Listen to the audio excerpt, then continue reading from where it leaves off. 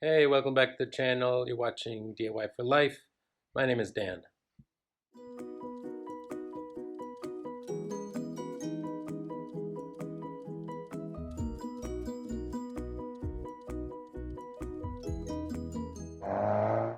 Again, we're working on my 1998 Porsche Boxster. Got the car pretty well sorted out.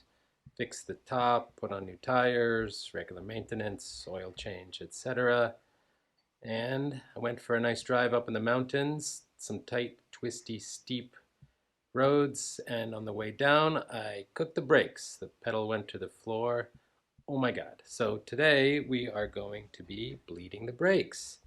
Hopefully it's a relatively straightforward job. I've done it on a few other cars, but this will be my first time doing it on the Porsche. But I think I have everything to get started. So first we will jack up the car. Okay, here's the car safely supported on 4 jack stands. I loosened the wheel nuts prior to lifting it like this. So let's get the wheels off. So these are the beefy brakes on my 2.5 liter Boxster 986. Boxster S had even larger brakes, but these should be up to the task of most driving. I was beating on them pretty well, driving for about 15-20 minutes down a steep mountain road with some hairpin turns, and it did cook the fluid at the end of the drive. So I'm hoping I just need to refresh the brake fluid. I'll show you what I'm using for the brake bleed project. Motive Products Power Bleeder. Comes with a kind of a catch tank. I have another one that I've used in the past as well. Got some Castrol Brake Fluid Dot 4. This may or may not be enough, so I've ordered a little bit more to arrive with Amazon. Here's a goofy little syringe I might use to get some of the old fluid out of the brake reservoir. And that's about it. I've used this in the past using the dry method, which means you don't put any fluid in the tank. You just kind of pump it up to about 15 bar, 20 bar, and just the pressure in the tank pushes the fluid through. Today I think I will try the wet method, and then I can decide which one is easier. Using the wet method, you do have to clean this out afterwards. Originally I saw that you have to use denatured alcohol, which I have no idea where to buy it. But then I saw on the Motive Products website you can just use diluted Simple Green, and I do have some of that. So I'll try the wet method, which means putting the brake fluid in here and then pressurizing through the pump and into the reservoir. So let's get set up for that. There's a little strainer in there which we'll remove, and I put some plastic around here just to kind of protect from dribbles, because brake fluid is not good to get on certainly paint, and probably not plastic either, so when I'm pouring I don't have to worry about spilling so much.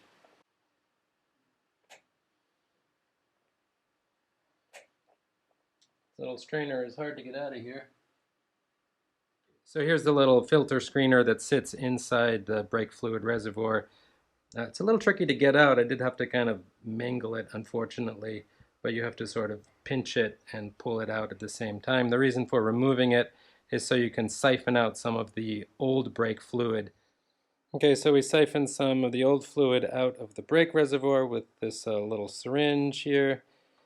I didn't take out too much, but I think it'll make the process a little bit easier. And now, using this Castrol Dot 4 fluid, I'm going to fill up the power bleeder, and then we can start bleeding the brakes.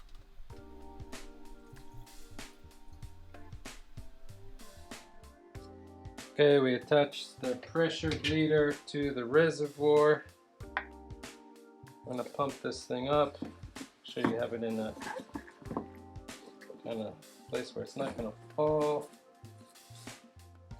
Looks like this corner might be good. You want somewhere between 15 and 20 psi. So that thing is filled with fluid now. Doesn't seem to be any leaks. Now we can go around and open the brake bleeders. Alright, we're set up. We're at the brake caliper farthest away from the brake fluid reservoir. There are 2 bleed valves on these Brembo brakes. I'm going to do the outer one, then the inner one. I saw some people doing the reverse order.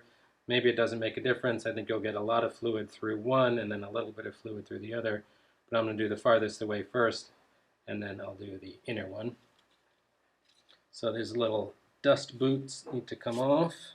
You want to use 11 millimeter, sort of half closed. Maybe it's called a crowfoot's. That'll give you a better grip on the bleed valve. So we'll attach the rubber tubing. Nice snug fit on there.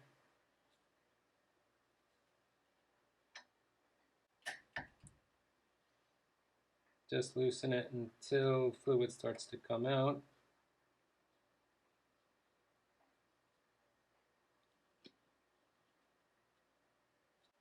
And hopefully we can see a difference when the clean fluid comes through. A lot of bubbles.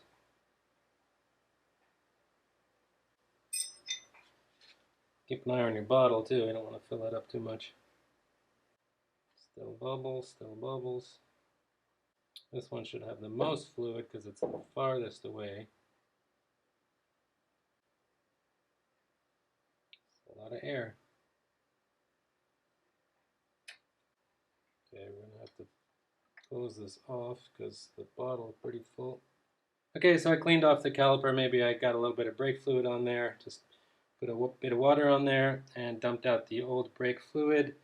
Pumped up the pressure bleeder, and I think we'll repeat the procedure until we run out of fluid over there.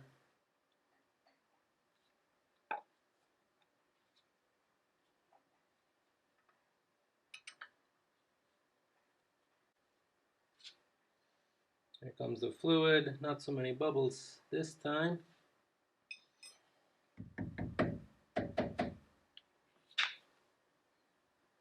It's looking pretty clean now.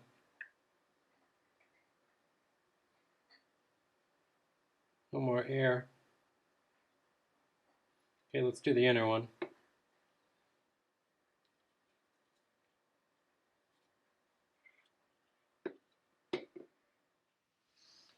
Okay, so we got the back brakes bled. There was a lot of air in the farthest caliper from the master cylinder. A lot of bubbles come out of there.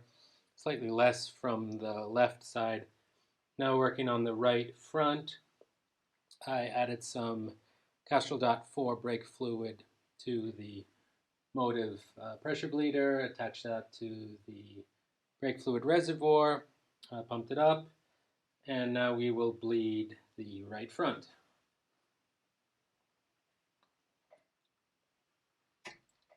Crack that valve open, now comes the fluid. Okay, now I got a good flow going on. Not seeing any air bubbles on this side. It's a good sign. Since we're closer to the fluid reservoir, we don't have to bleed so much. Okay, we're getting clean fluid again, no bubbles. Let's tighten that bleed valve. Transfer to the inner side. Okay, we're getting fluid to come out the inside nipple now. It's pretty clean.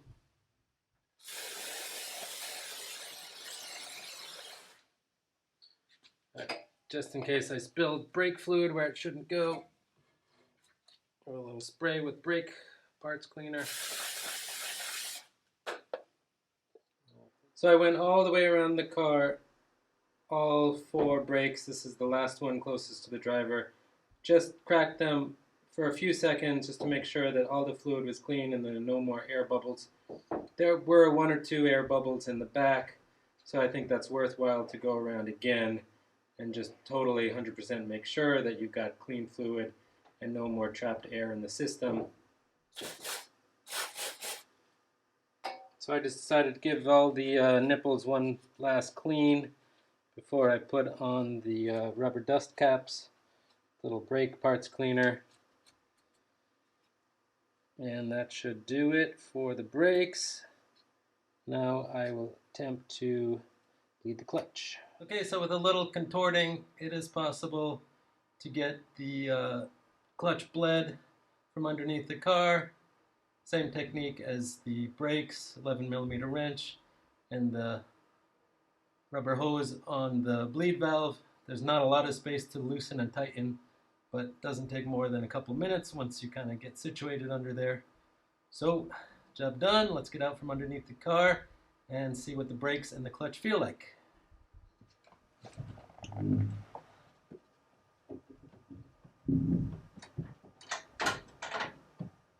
Clutch feels real nice. Brake pedal really high and tight. The only real test is to go for a drive, but we'll have to save that for another day because there's a typhoon. Okay, let's put the wheels back on, tighten everything up, and drop the car. So when you're done, you want to release the pressure from the power bleeder. Make sure you unscrew from here to release the pressure, not from here. And then double check your fluid level so you get that at the min-max middle line. Looks like the fluid goes back in here somehow.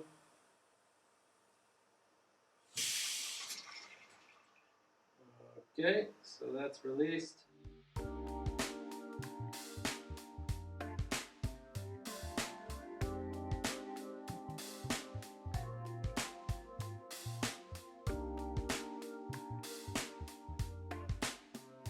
Okay, you want to clean this out pretty well.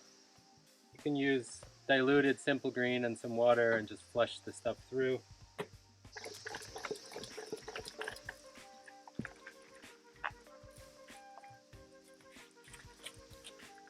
Ooh, simple green smells good.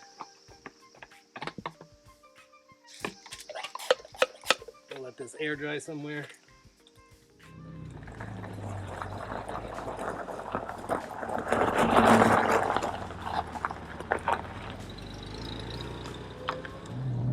So we got the new fluid in. We're just gonna kind of gently test the brakes, make sure that the pedal is hard before we kind of really nail on the brakes too much.